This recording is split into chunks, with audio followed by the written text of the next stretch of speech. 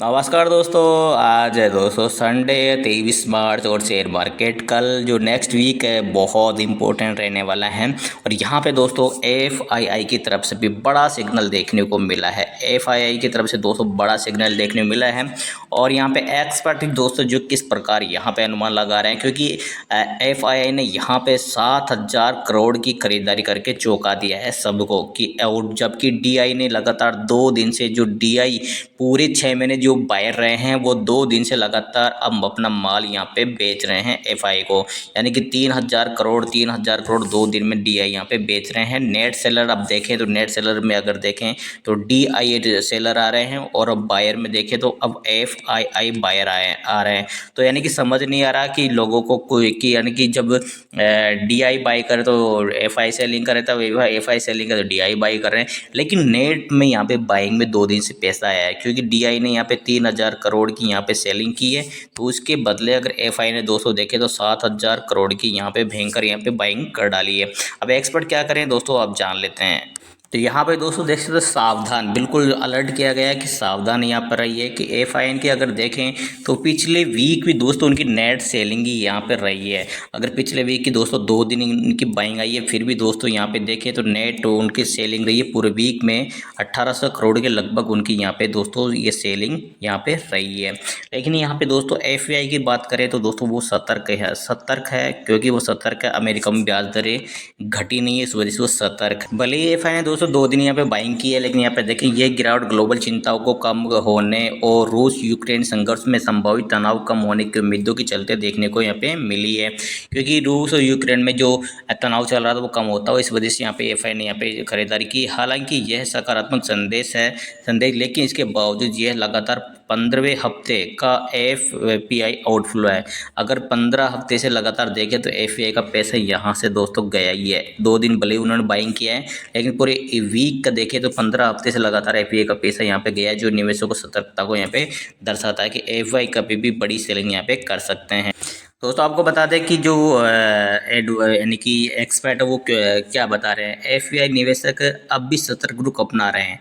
भले ही मैंने एक बार पहले भी कहा था कि जब बजट के पहले भी एफआईआई ने दोस्तों 11,000 करोड़ की बड़ी खरीदारी यहाँ पे कर डाली थी, लेकिन दूसरे दिन देखे तो 10,000 करोड़ की बड़ी बिकवाली यहाँ पे करके पूरा पैसा यहाँ पे समेट लिया। तो वही दोस्तों यहाँ पे फिर से हो सकता है कि एफआई यहाँ पे हो सकता है ट्रैप करने के लिए कुछ कर रहे हो। तो यानी कि आपको सतर्क यहाँ पे रहना है। एफबीआई अभी भी सतर्क हैं और अमेरिका के फेडरल रिजर्व की ब्याज दर नीति, ग्लोबल भू राजनीतिक घटनाक्रम और भारत की आर्थिक स्थिति पर अधिक स्पष्टता का यहाँ पे वो क्या करेंगे, इंतजार करेंगे।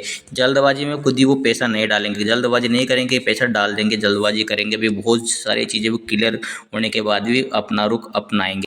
एफआईआई की दोस्तों बात करें, यहाँ पे देख सकते हैं जो हिमांशु श्रीवास्तव ने यहाँ पे कहा है निकट भविष्य में एफआईआई निवेश का रुख अमेरिकी अर्थव्यवस्था और घरेलू बाजार के इंडिकेटर्स पे दोस्तों यहाँ पे निर्भर करेगा।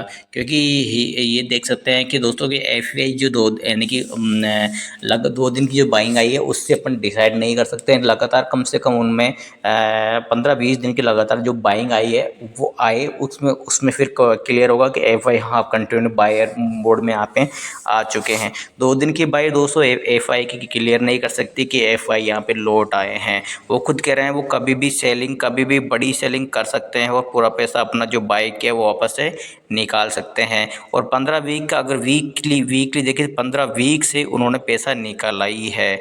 तो यानी कि आपको अलर्ट रहने की ज़रूरत है। दोस्तों आपको बता दें कि एफआईआई और डीआई की सेलिंग कितनी रही है 21 मार्च की। दोस्तों अगर बात करें तो एफआईआई की पूरी जो केस की बात यहाँ पे चल रही है, फ्यूचर एंड ऑप्शन की यहाँ पे बात नहीं चल रही है, वो डाटा अलग है। ये केस का डाटा है दोस्तों। अगर एफआईआई की अगर केस की यहाँ पे बात करें तो 7,470 करोड़ की दोस्तों उन्होंने यहाँ पे शुद्ध खरीदारी यहाँ पे कर डाली। उसके विपरीत दोस्तों डीआई की बात करें तो डीआई ने यहाँ पे अपना माल यहाँ पे चिपका दिया एफआईआई को। 3,202 करोड़ रुपए की यहाँ पे उन्होंने बिकवाली कर दी। तो नेट यहाँ पे दोस्तों देखें तो लगभग यहाँ पे देख सकते हैं 4,000 करोड़ के लगभग का पैसा यहाँ पे मार्केट में आया है। इस वजह से मार्केट में उछाल देखने को मिला है। लेकिन आपको पता है जब डीआई कंटिन्यू यहाँ पे दोस्तों 6 महीने से बाहर रहे हैं, अब वो 2 दिन से देख सकते हैं अपना पैसा धीरे धीरे धीरे धीरे यहाँ पे बेचकर यहाँ पे निकल रहे हैं। DI यहाँ पे पैसा बेच रहे हैं और FI जो लगातार सेलिंग से वो अपना धीरे हमारे यहाँ पे वापस खरीद रहे हैं। तो लेकिन ये उल्टा हो सकता है कि FI वापस यहाँ पे सेलिंग में आ सकते हैं, DR वापस बाइंग में आ सकते हैं। लेकिन अगर FI यहाँ पे ये FI की सेलिंग भले ही FI की बाइंग यहाँ पे 2 दिन से देखें तो DI की जो सेलिंग है उससे ज़्यादा रही है, इस वजह से मार्केट को मजबूती मिली है। लेकिन अगर FI की जैसे कि 7,000 करोड़ की बाइंग है, अगर DI यहाँ पे 15,000 करोड़ की यहाँ पे सेलिंग कर देता है, इसके बदले कैश मार्केट में इसकी ज़्यादा पैसा निकाल लेता है, तो आप समझ लीजिए FI की वजह से मार्केट नहीं चल पाएगा और DI अपना पैसा जो लगातार मार्केट को सपोर्ट कर रहा था वो पैसा निकाल कर मार्केट से एक बार के लिए एग्जिट कर लेगा, उसके बाद वापस करेक्शन का इंतजार करेगा। तो कुल मिला के मेरा ये कहना नहीं है कि मार्केट यहाँ से गिर जाएगा या मार्केट यहाँ से बहुत ऊपर चला जाएगा, यानी कि डराने की बात नहीं है। आपको दोस्तों एक सटीक लेवल यानी कि एक्सपर्ट की भी यहाँ पे बात माननी चाहिए कि आपको थोड़ा सा वेट करना चाहिए, मार्केट कहीं भागने वाला नहीं है, पहले भी कहीं नहीं किया रहा, अभी भी कहीं नहीं है। आपको अगर आपको मौका मिलेगा, अच्छा निवेश का मौका मिलेगा तो मार्केट आप ऊपरी स्तर से भी मार्केट को पकड़ सकते हैं।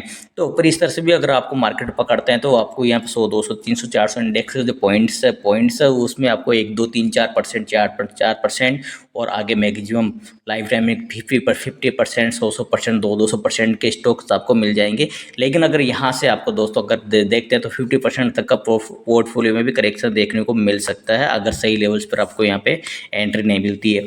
तो ऊपरी स्तर से दोस्तों आपको यहाँ जो एक्सपर्ट है वो खुद यहाँ पे कह रहा है कि 24,000 निफ्टी, 24,000 के ऊपर निफ्टी अगर टिकता है उसके बाद अपन कह सकते हैं जो ऊपर से जो ट्रेंड आ रहा था वो ट्रेंड यहाँ पे निफ्टी ने ब्रेक कर दिया है और निफ्टी यहाँ पे बायर मोड में पूरा आ चुका है। आगे अब आने वाले दिनों में 24,000 से जो निफ्टी का जो चाल रहेगी वो 27,000, 28,000 तक निफ्टी की जा सकती है।